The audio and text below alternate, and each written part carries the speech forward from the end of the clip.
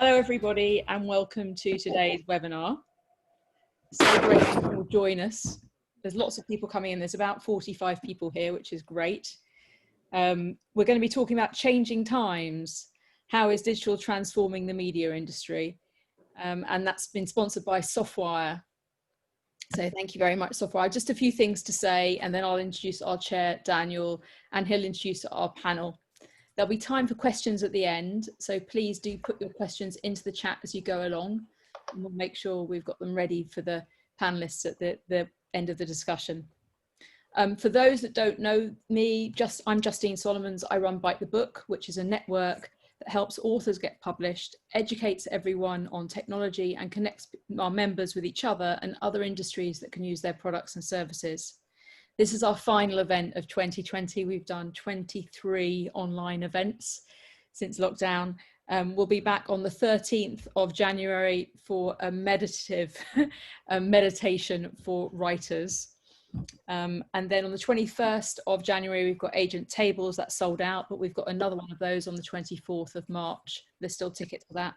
On the 27th of January, we're doing an event, Should Knowledge Be Free? And that's been sponsored by Harbottle & Lewis, so it should be really interesting. Membership is £36 a quarter or £120 a year, and you can join on our site, so please do if you're not already a member. I'd like to thank our sponsors for today, Softwire. Zoe's on our call, on our panel today, but we also have Helen Jeffers, who is business development at Softwire. I worked at Softwire for 9 years, so I'm very fond of them. I was also in a business development role there, and they're a development house founded in 1999, before, I don't know, in the last century. They always deliver projects on time and within budget, and they do that by having exceptional staff and also incredible processes. Their clients include the BBC, Cambridge University Press, David Lloyd, Channel 5, Telegraph Media Group, and Microsoft. For more information, please do get in touch with Helen. I'm going to be sending her details out at the end of this, in the follow-up with the recording.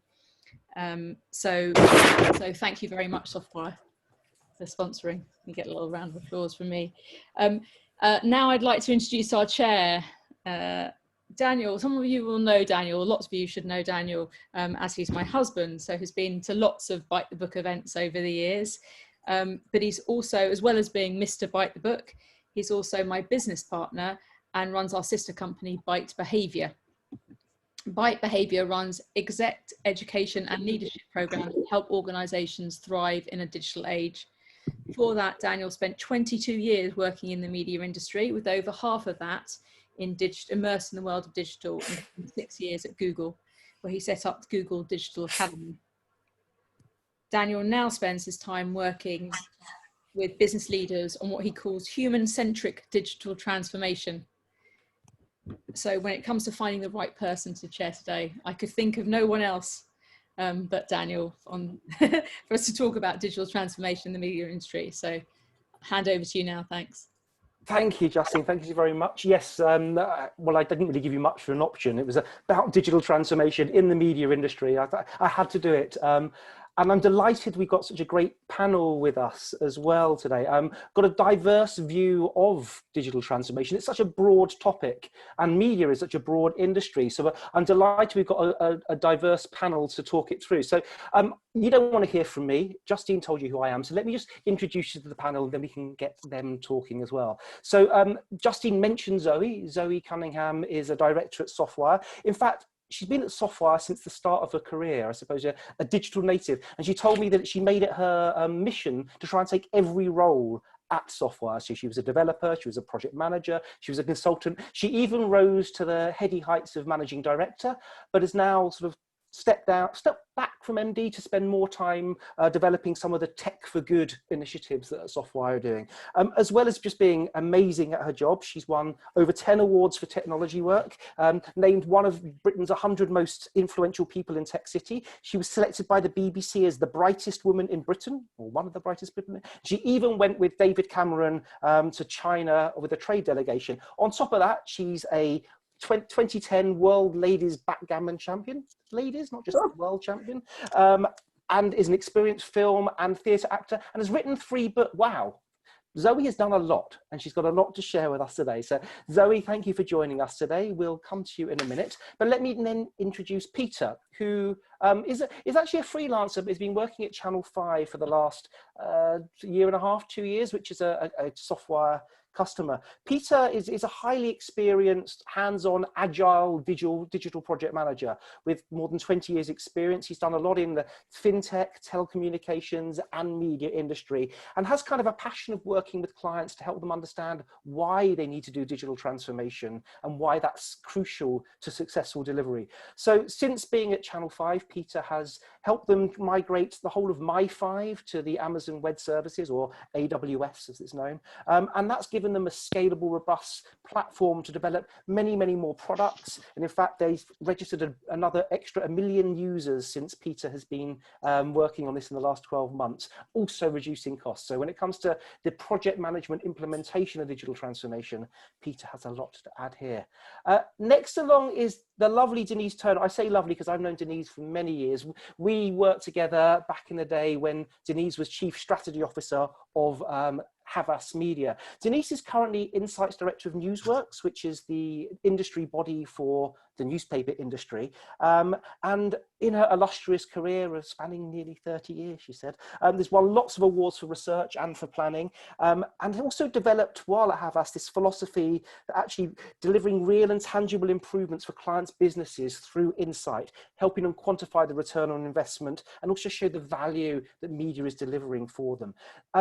I suppose Denise's superpower is this innate sense of curiosity. She's really keen on understanding what makes people tick and understanding the people, not the machines. And she says she's in a very blessed position because she gets to ask that question, why, all the time, why? And that curiosity gets dialed up. As well as just being great at her job and being awarded, she was awarded a Fellow of the Institute of Practitioners of Advertising in 2009, and also co-authored a book recently on the IPA Databank, New Models of Marketing Effectiveness. And she's just got a new diploma in Marketing Research and Social Practice. So another amazing overachiever, and delighted to have you on our panel as well today, Denise. And then last but not least, he's running a little bit late. If those of you that know Paul Kanarak, you may understand why. He's a very, very busy guy. And it says here that Paul is the Chief Commercial and Customer Officer of Guardian Media Group. He's not actually. He's going to start that job in about a month's time. He's the incoming Chief Commercial and Customer Officer for the Guardian Media Group. But Paul, actually, I would say he's a bit of a digital native in that his first job was at the digital startup Boo.com. And if you remember Boo, was that what, 20 odd years ago? He was one of the first there. And he's had amazing high-profile jobs since that. He was the managing director of ITV Online, and he launched the ITV Hub streaming service and got it up to 30 million users.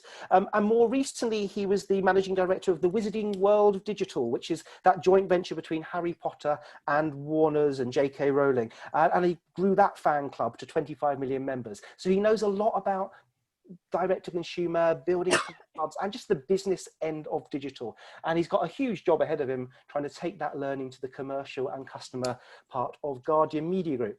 So that's our panel. I'm going to stop sharing the screen so that we can actually see our panel's faces. What I recommend is actually you change your view so that you've got speaker view, so that when people are speaking, you can see their faces in big, or you can keep us as a grid if you want to, we look a little bit like the Muppet Show.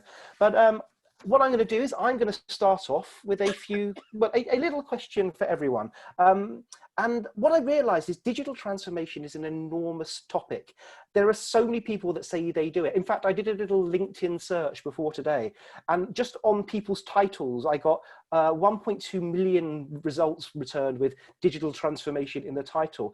And in my own network, there was about 15% of people just had it in their job title, me included as well. So it's a big topic. So I suppose my first question is, what do we actually mean by digital transformation? I'm going to ask the panel if they can sum that up in maybe 1 or 2 sentences. And before I come to the panel, we're going to save questions from the audience until the end. So if I could ask everyone to keep themselves on mute And if you want to ask a question, just use the chat. Justine and Stella will be monitoring the chat, and we'll come to those questions at the end. But let's stay on mute for now so we don't get the background noise. But obviously, panelists, let's answer that question. So from your point of view, what does digital transformation mean in a couple of sentences? Let's start with Zoe. Zoe, you can kick us off here. Sure, that's a great question, Daniel. And as you rightly point out, lots of people have lots of different answers. So from my point of view and looking at the digital transformation projects that I've been involved with, there is sometimes an overarching theme of companies digitizing. So companies who maybe were doing processes with paper, moving to doing processes online. But actually what we really get involved with is the digitization of the teams and the transformation of the digital teams. So actually, how do you all work together in the best way to make the best technology? So technology is there, but it's a lot of teamwork, working together. It requires leadership and culture. Topics close to my heart. Thank you very much for that, Zoe. Let's move on. Peter, you were next on the line there. Peter, what in 2 sentences, how would you sum up digital transformation? I think from a couple of perspectives, really. From a technology delivery perspective, very much having the kind of systems and then user applications in place that you can deliver an end-to-end user journey that is omni-device. You know, so I think people are increasingly expecting to do things on one device and be able to finish or pick it up on another device. So, you know, start a journey on your phone and finish it on your set-top box or on your kind of laptop or what have you. And then I think on the other side of that, from the user experience point of view, once you've got those systems in place, is really having digital experiences that you never need to drop off. You know, so you can satisfy whatever need you have from that service provider without having to pick up a telephone or go into a physical location. So I think for me, that's pretty much what it means. Cool. And I think there's a nice counterpoint to Zoe's point there. Zoe's talking about getting the teams and the companies digitized to empower them. You were talking very much from a user-centric point of view, having that seamless cross-channel approach for the user. So again, one is back end, one is front end, but they work together very well. Getting a nice picture of our different viewpoints here. Thank you for that. Let me turn to Denise with her research insight head on. Denise, for you, what does digital transformation mean?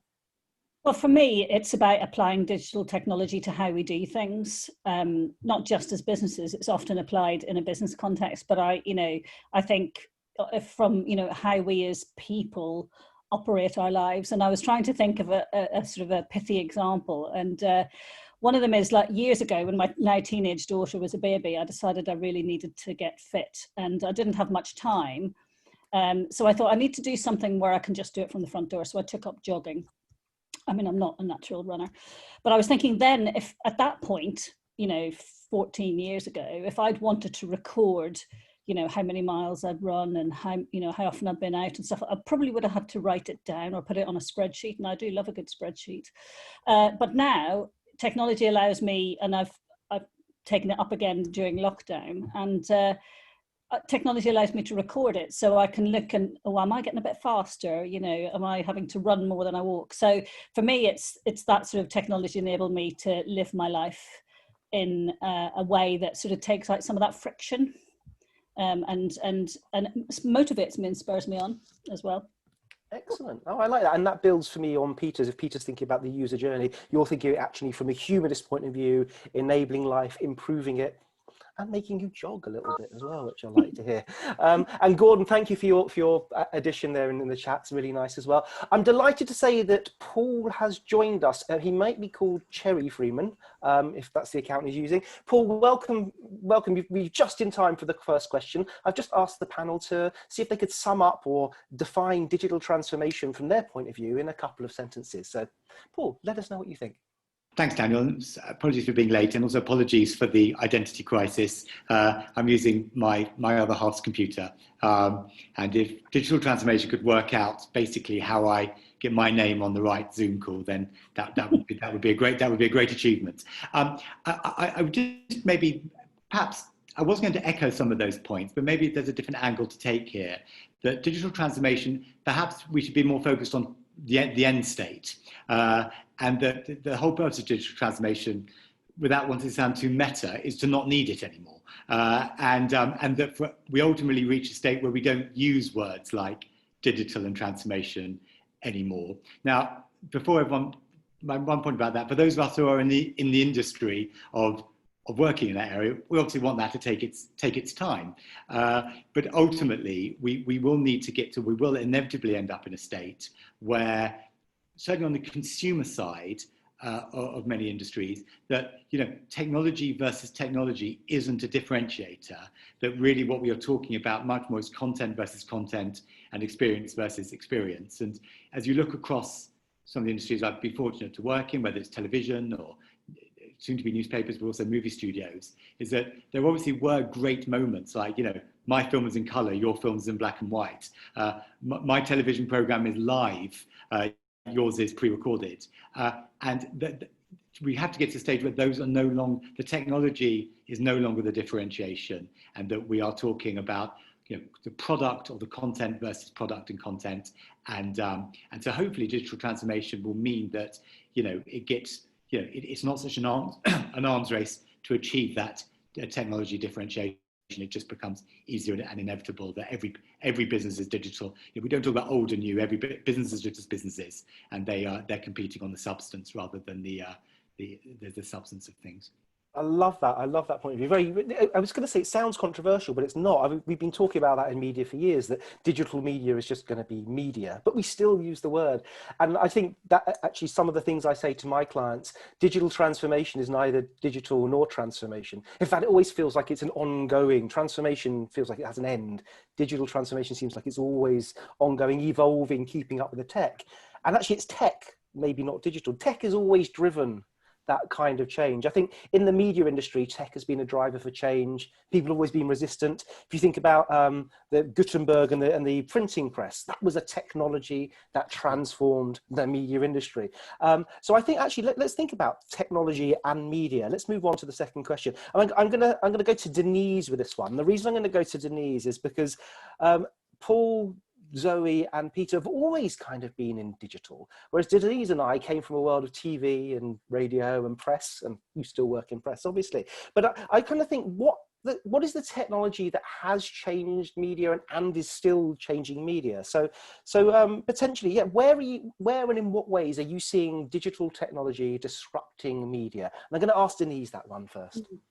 I was reflecting on some of the stuff that Paul was saying, because one of the things that really bugs me is this use of the word digital as an amorphous mass when it comes to media, because digital is a delivery mechanism, and we too often confuse content with platform, and I think that's really, really important. If you want to make yourself feel like that for long. Oh, sorry, Victoria, could you put yourself on mute, please, because we can hear you in the background. Thank you. I'm so sorry. Don't worry, it's absolutely fine. I love this about webinars and doing these live events, that we're all sort of a bit more real with each other, aren't we? But I think I think for me it's about giving people the ability to consume what content they want, when they want, how they want, because it's the content that they want to consume. It's not like I want to look at my mobile phone, or I want to sit with the television screen in the corner, or it's the content that's what's driving what they want to do. And obviously I now work in the newspaper industry, and what we've seen is a massive rise in the way that trusted journalism is produced and consumed. And in lockdown, we've seen digital readership soar. There's something like 22 million people consuming national news brand digital content every day, and that's up sort of somewhere between 3 and 4 million a year.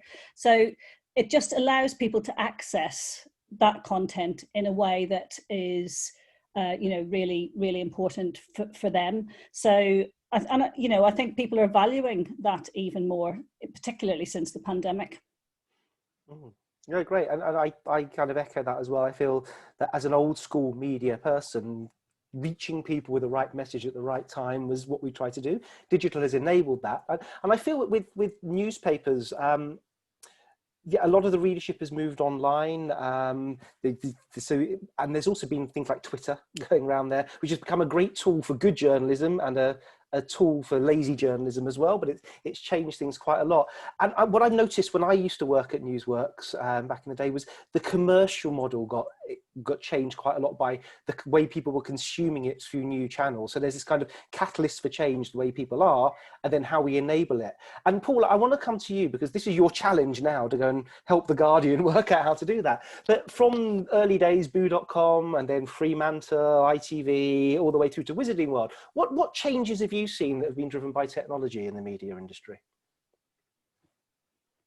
I'll mute myself. Yeah, thanks, Daniel. And I just want to echo some of those points as well, that we shouldn't, we should never kind of fetishize the device and the platform too much. And I remember for many years there was this kind of false notion that we could make content for broadband or make content for websites or make content for mobile, and because somehow, but the truth is, as we've seen over the years, is that whether you watch Game of Thrones on a 90-inch television or depending on your taste, of course, or on a tiny device, it's still great. And actually, if you watch on a mobile phone very close to your face, it's widescreen. It could even be like a cinematic experience. So we should always remember that the content wins.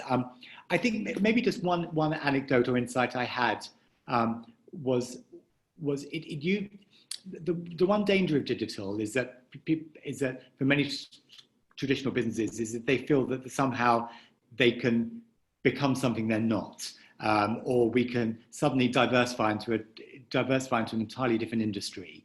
And by and large, and there's always exceptions, I can't really see many examples. Where I can see great examples is when people have used digital and technology just to be better at what they're already great at. And I think that has always been quite a powerful lesson, that you can get overexcited about, you can do this, you can do that, but why? I guess the question any company would have to ask itself, why us? Why would we stand a chance of winning suddenly in an entirely new area? And just one, I guess, product insight I had. I remember when I was at ITV, I was given the mandate of relaunching what was then the ITV player. And the problem we had was that everyone called it, including my mother actually, the ITV iPlayer. So for that reason alone, we knew we had to change it. And I remember sitting there with lots of kind of very well-paid, very intelligent strategy consultants who put all the features and functionality of the ITV player in one column, and then all the features and functionality of Netflix, Amazon, and so forth in another. And the strategist looked at it and went, well, they've ticked every box and they have all these things. So logically, the thing you need to do is to, and in your column, it's all across. You don't have download, you don't have ad-free, you don't have box sets, you don't have recommendations, and a whole bunch of different things. And so the strategic wisdom was, these are digital companies, they're doing the following things. Logically, if you fill in these boxes, then you'll be as good as them. And of course, the fallacy was that, first of all, copying your competition is never a good idea, because again, you're immediately giving away your power of playing to your own strengths. And actually, the best digital strategies are one that look inwards at what you're already great at and just trying to work out, can you incrementally nudge it forward? So the very simple insight we had there was, we didn't have box sets. We didn't have what Netflix had. We didn't have what Amazon had. Actually, what ITV was great at was live telly. That was actually, that was why we were powerful with our audience. That's why ITV could defend itself in an advertising market, that it always did live telly, big audience live telly, not, well, it did a lot of drama, but it wasn't predominantly drama and box sets. So we made live telly the heart of what then became the ITV hub. So instead of trying to say this is going to be a Netflix ripoff, when you turned on the ITV hub, you saw live TV, whether it was on a mobile phone, a tablet, like telly, and you could move from channel to channel by swiping. We took that obviously from various dating apps, but we repurposed it to kind of recreate what channel surfing was. And that worked brilliantly. And then within a few years, people watching live telly was 40% of usage on the ITV hub. And that was great. And that was just, and then that's not rocket science. It's just looking inwardly at what we're already pretty good at and just trying to use technology to make it a bit better. And I love that idea that, yeah, you shouldn't use technology for technology's sake. You shouldn't do it because you can. It should be about enhancing what you do, doing it better in service of the customers, but in service of yourself as well. And we had a couple of comments in the chat here. Tobias said, in spite of what you said, I suggested it's important to tailor content to the platform which is being presented. I don't think you weren't saying that. I actually think, yeah, if that's what you do well, yeah. So I think we're in agreement with you there, Tobias. But thank you for the comment.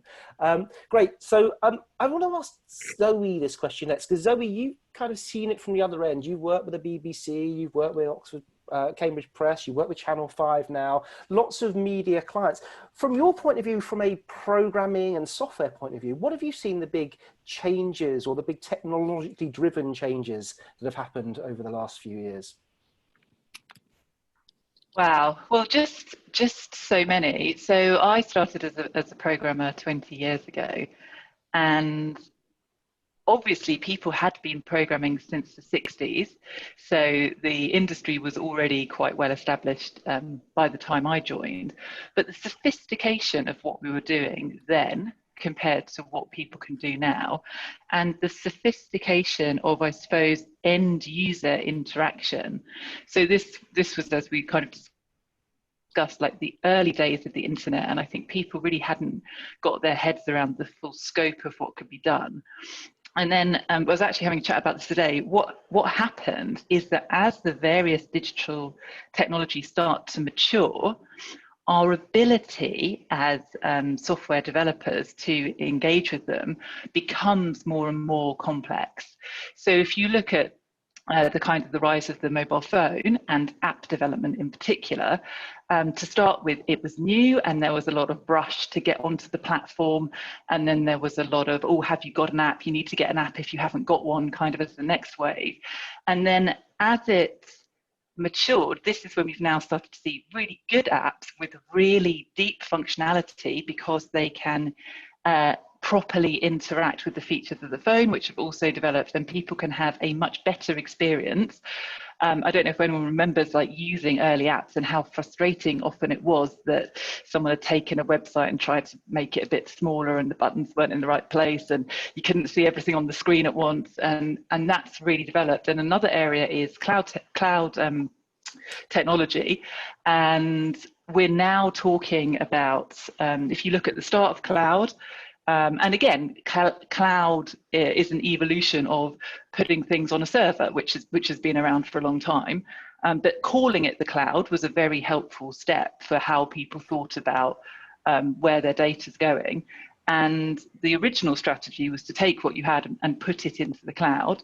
And now, as people have got used to having things in the cloud, and that is well established and robust and a great strategy for your business, we're now talking about cloud native. So this is saying, don't just take what you've got already and put it into the cloud. You actually need to develop using the capabilities, because the capabilities of the cloud have been developing. So actually now there's a lot more opportunity to build something that you simply weren't able to build before.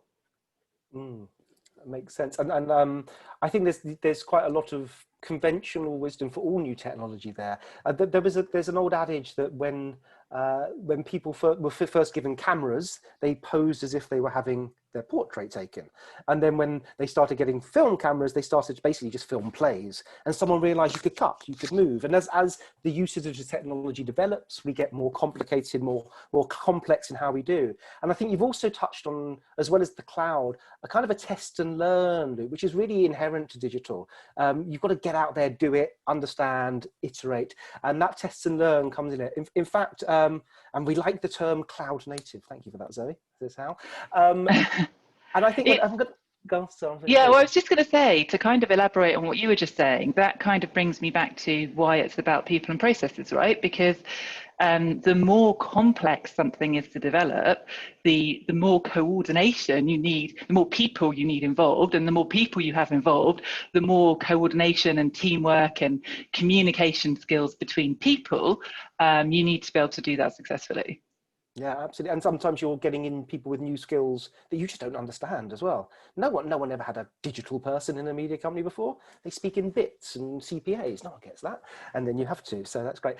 So talking about that people and process, and also talking about cloud. Peter, you said your big job was to transfer My5 onto Amazon Web Services, or AWS, one of the biggest cloud players. Yeah. So talk to us a little bit about the technology and how that's driven change in media from your point of view, please. Yeah, I mean, it was very timely, obviously, with the 2020 and the whole COVID and the knock-on effect it's had on to broadcasters, especially. And one of the things that we did is we were on a relatively traditional kind of infrastructure, and then moved over to AWS. And I mean, AWS and there's other cloud providers such as Azure do very similar things. And touching what Zoe mentioned there, cloud native, is that you can actually run and create applications and services within the cloud itself rather than just port existing technology to it. And where it's really helped Channel 5 this year is that obviously we've had an enormous increase in demand for content and streaming content.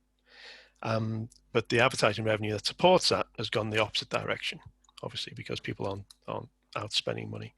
Now, the advantage that we had moving to a platform like AWS is that we were able to scale very quickly to satisfy that demand without the kind of traditional IT kind of infrastructure costs. That's been a real benefit. In fact, we've driven a lot of those costs down whilst increasing our kind of output and our audience at the same time. So that's been a real enabler from a kind of digital transformation perspective. I mean, I don't know if we have time, Daniel, but there's something from a disruptive piece that I'd like to just touch on, because I think it's kind of it could be increasingly important, and that's the move to things like content aggregators. A number of people now have spoken about content, not platform, and that's absolutely true. And I think with services such as Google's Kaleidoscope, where you're literally going to be served up content based on your multiple entitlements. So you may have a Netflix account or an ITV Hub account or what have you, and it will serve up content to you almost completely transparently from the different providers. You won't go through the provider's application. I think that's a really powerful user experience. I think it takes us away from this content fatigue of having to search through all your different applications to find something to see. But for the provider point of view, it has a real knock-on effect to brand. How do you kind of still promote your brand or your channel? What does it mean for your revenue model? Will a person automatically be served up content from a subscription service as opposed to an advertising revenue service? And I think that is coming. Technology is already here. I think it'll be very disruptive, and it'll need some imaginative solutions to it. Yeah, I think you've hit on a couple of good words there. I think, technology is a disruptor. I mean, it's a catalyst for change, and it changes the way people interact with content. And I think we've all said that in some way, shape or form. But what you've also said is that it's an enabler to enable companies to, again, service that customer. It all comes down to the customer, from what I'm hearing quite a lot here as well. But one thing that struck me from what you just said was also there's a commercial imperative, and part of this digital transformation is to balance that, giving the customer what they want, while also trying to get the commercial imperative right. That's the costs in cloud, but also the revenue streams we're going to get. So I want to come on to that in a minute, but you also mentioned one other thing there, Peter, which was about how in the pandemic, this has changed things. And if we're talking about accelerators, I think COVID has been a massive catalyst or a massive accelerator as well. So I'd just like to go into that. In the last 8 months or 9 months, what difference has the pandemic had on, or what effect has the pandemic had on digital transformation in your businesses or for your clients? Peter, you're on my screen, so you can answer that question first. I mean, a couple of things, really. Zoe mentioned it before when she mentioned about digital transformation, about making businesses digital. And I think, from the team that I work with at Channel 5, we've really had to become very, very good at being remote from each other. It was a very collaborative team. It's a very small team. used to, getting in rooms and throwing things up on walls, which can be done in a virtual environment, but isn't as effective.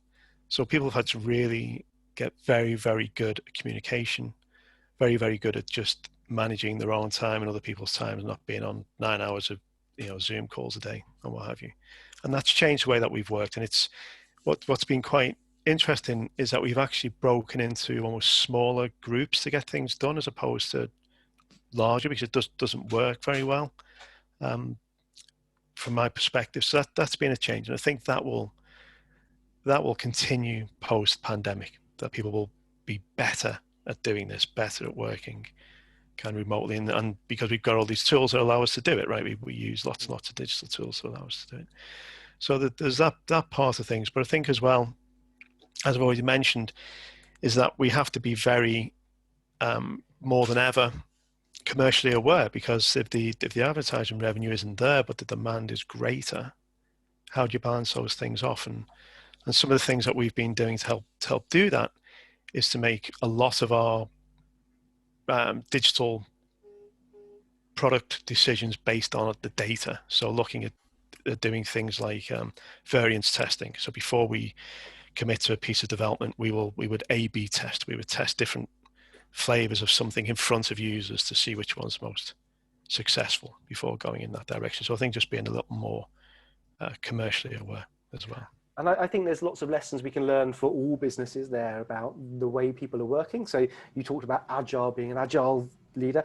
Now that people are working remotely and asynchronous, that's come to the fore, and also the commercial, the data-led decisions. And I think that's something we can take into all industries as well, not just media. So thank you for that.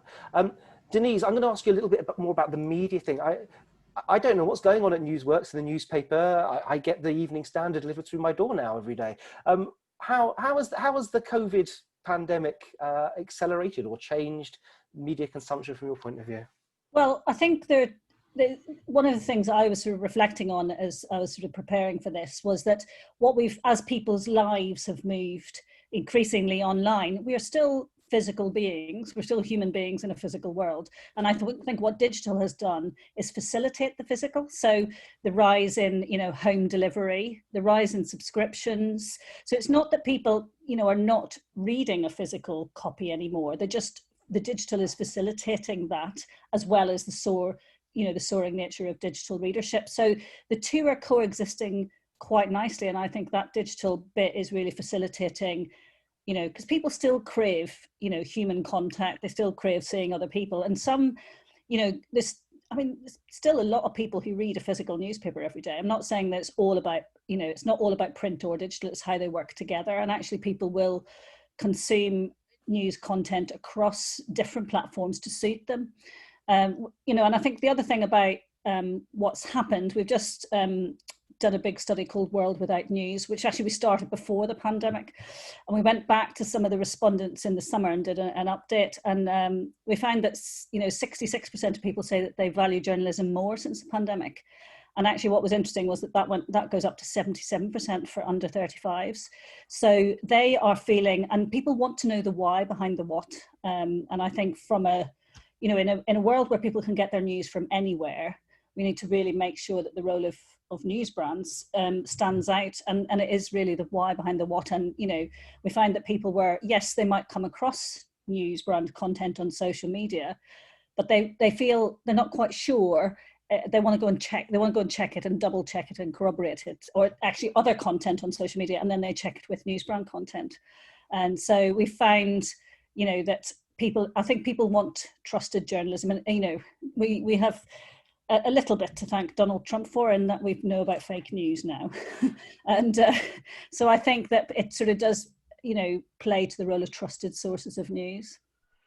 Yeah, I was going to say just that. Yes, it's not just COVID, but there's the geopolitical and especially American side of things. But again, it's one of those things that was happening, the polarization, the fake news, and COVID has just accelerated that. So I think those things were happening, and I think it's a really valid point that journalists can be the source of truth there.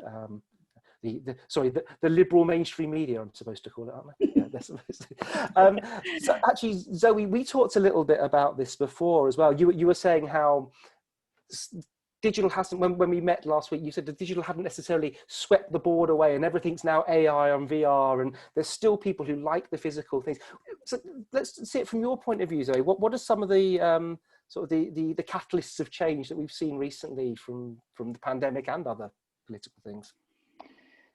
So I really, I feel Denise touched on exactly where we're going in what she just said in terms of a mixed model going forward. So actually it's not, will digital win, will physical win? You know, I remember having loads of arguments with friends around dinner tables around whether Kindles were better or books were better. You know, everyone has their pet delivery mechanism. But actually going forward, I think the businesses that are going to do the best are the ones who can successfully develop a hybrid model. And one of our clients is actually doing something really amazing in this space. It's not quite media, but I'll tell you the example, and then it would be very interesting to think about how to apply this to media. So one of our clients is David Lloyd Leisure, who run a chain of gyms. But actually, for them, it's much more about, it's not a kind of, you know, pay as you go, turn up to the gym, use the machine. It's a membership model. So actually, when you join, you are a member of David Lloyd, and you're looking for more than just turning up and doing a class. And so what they found, they were obviously forced to adapt very quickly by the lockdown in ways that they were perhaps already thinking of, but maybe not moving so quickly on, and actually taking some of their experiences that they offer in person and translating those experiences online. So I'm actually not a member, so I haven't done these classes myself, but I understand there is something called a Blaze class that you can take at a David Lloyd gym. And now you can also take that class online in the same format that you would have done in person. And they're also moving to using the instructors that now provide the online classes will be at kind of showcase studios where you can then go and do the same class in person in a similar way to if anyone uses Peloton, the idea that you can do Peloton from home, but then for your like 200th ride or something like that, you can go into the Peloton studio where it's all being broadcast from and do your Peloton ride there. So I think that this really is the future. We're moving past this, is it one or is it the other? And the answer is going to be, what is the hybrid version? Yeah, I like that hybrid. And I think, yeah, COVID is allowing us to dial up the remote side of it, and then it will balance out at some point as well. Yeah, that's a nice point. Exactly. Thank you. And Paul, I know you in the middle of this pandemic, you've decided to change jobs. So congratulations on the new job. So maybe from either the wizard world side of things or what you're seeing as you sort of immerse your head into the world of The Guardian, what are you seeing are the kind of the things that have been accelerated by COVID? And potentially, as Zoe was saying, what do you think will stay and what will disappear at the end of all of this? Yeah, it's really interesting. I think Zoe makes some really powerful, both Zoe and Denise make some really powerful points there. I think that, I mean, it is the ultimate question, and without being too Donald Trumpish and to reduce everything to the stock market and the value of shares. But if you look at the relative values of different companies in the public markets at the moment, that debate is screaming from every screen. So, you know, depth of COVID, tech stocks go infinitely higher because everyone assumes, you know, just never-ending growth. And all traditional stocks, because Cineworld, cinemas and traditional things hit the floor. The second news of a vaccine comes in, it's like they're all sharing for the share. It's as if it's been treated like a zero-sum game, which, as both the previous panelists said, is completely the wrong way of looking at it. It'll be a blend as it goes along. And similarly with Harry Potter's actually been very interesting, actually, because it's a big 360 brand that's active it makes money in every way imaginable in many different markets in the world.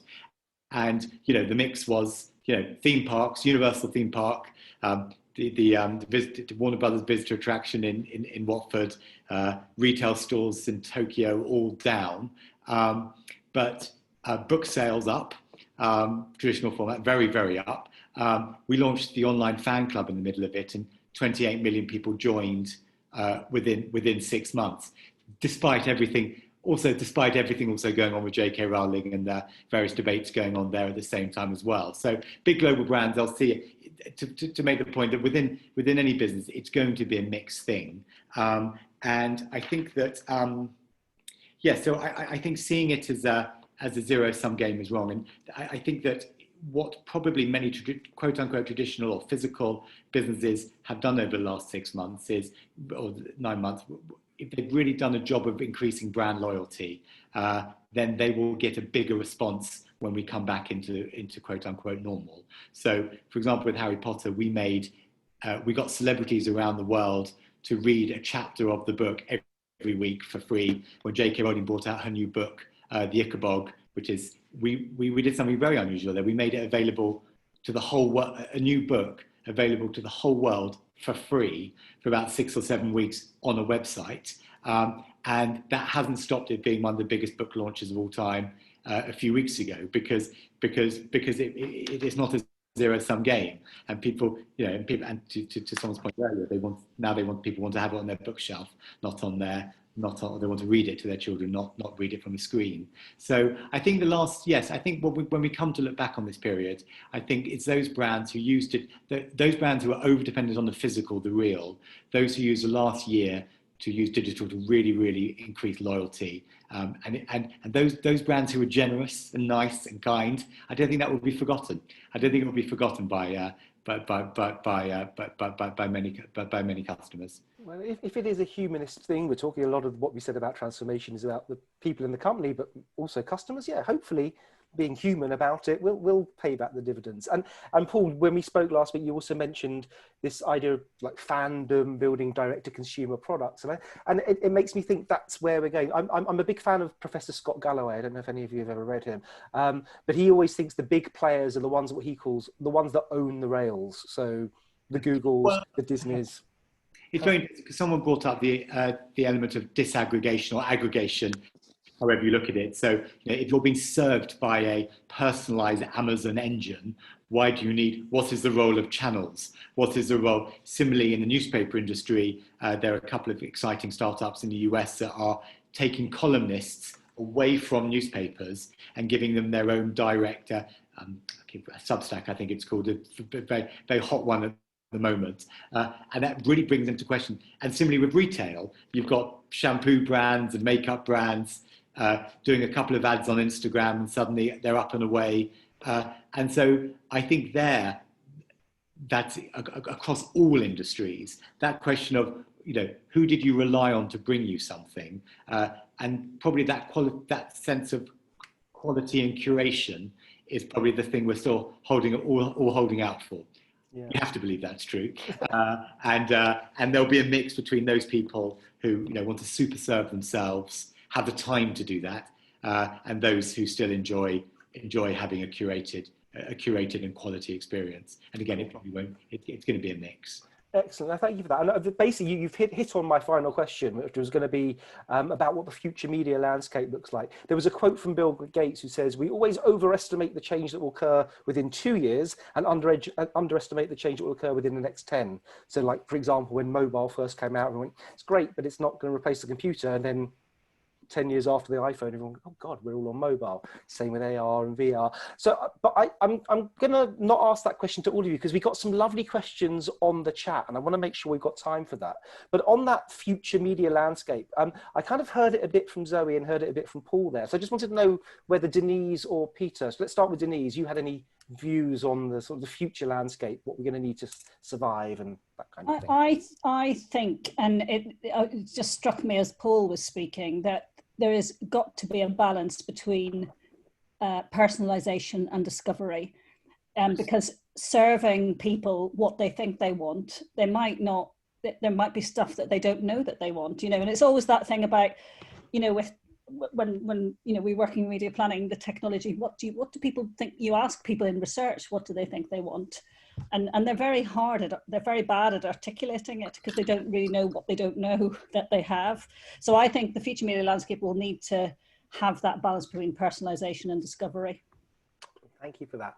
And Peter, before I go to the questions on the chat, did you have any thoughts on sort of what the future will look like?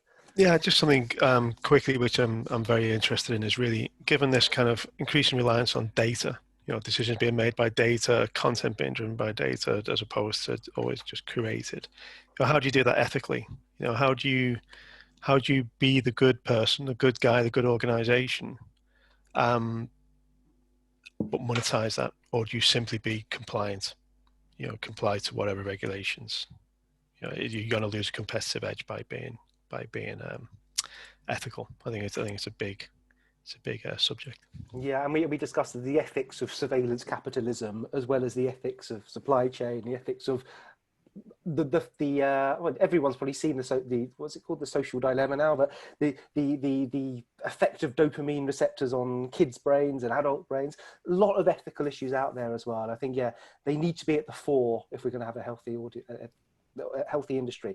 So I'm going to stop it. I want to turn to some of these questions. Zoe, I purposely haven't asked you the question because there's one specifically for you here, which is from Lorna Roth, and she wants to know, of the hybrid versions you're foreseeing, can you see how that might be relevant to authors?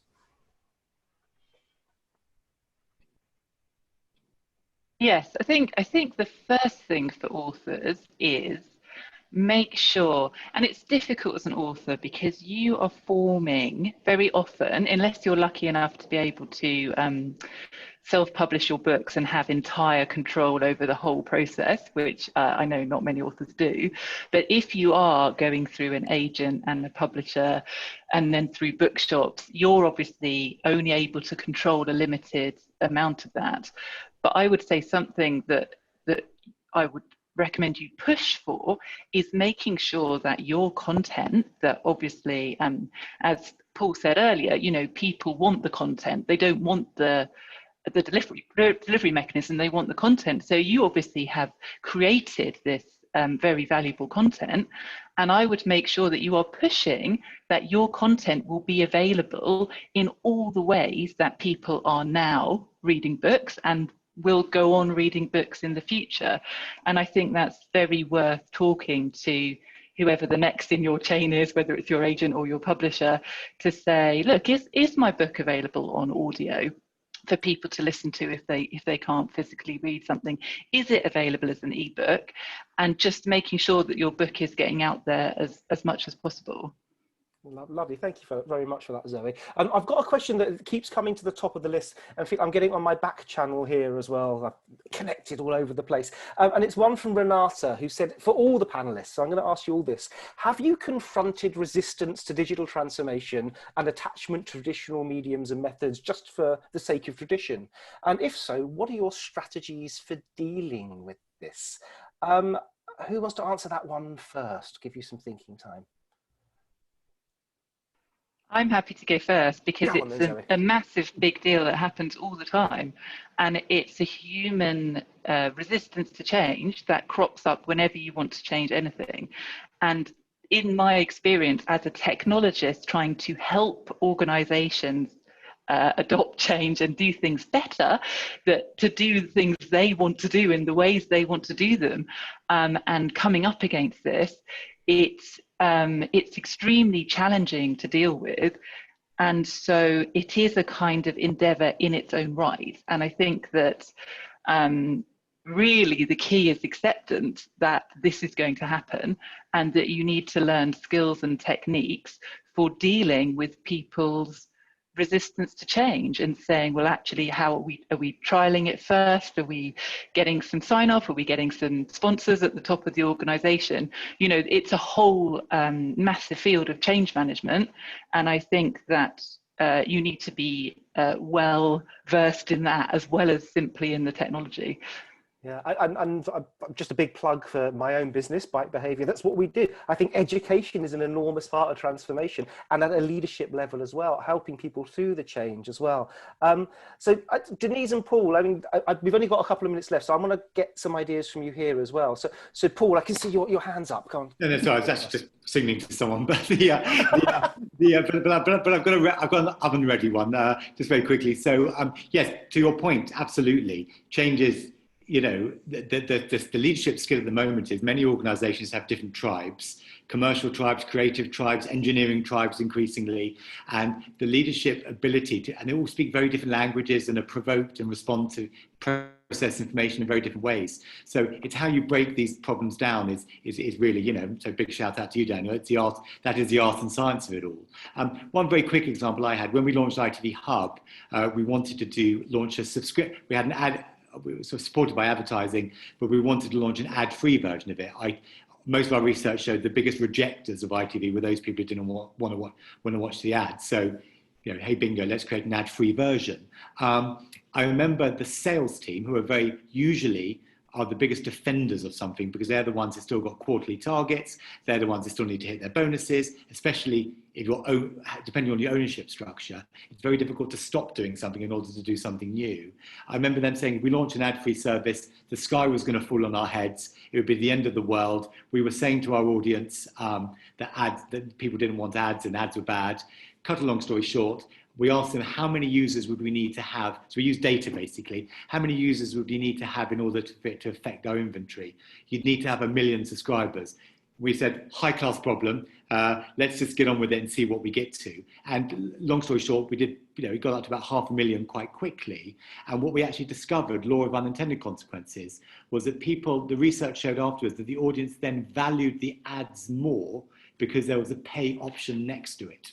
So people take free is a very dangerous concept in marketeers' hands. And so so you saw lots of bad research about people not liking ads, but when it saw there was a button next to it say you can pay if you want to skip them, they appreciated the ads much more, and everybody was happy and lived happily ever after. I had a similar thing with TrueView. I mean, we can skip ads on YouTube. Really? That was a silly thing to do.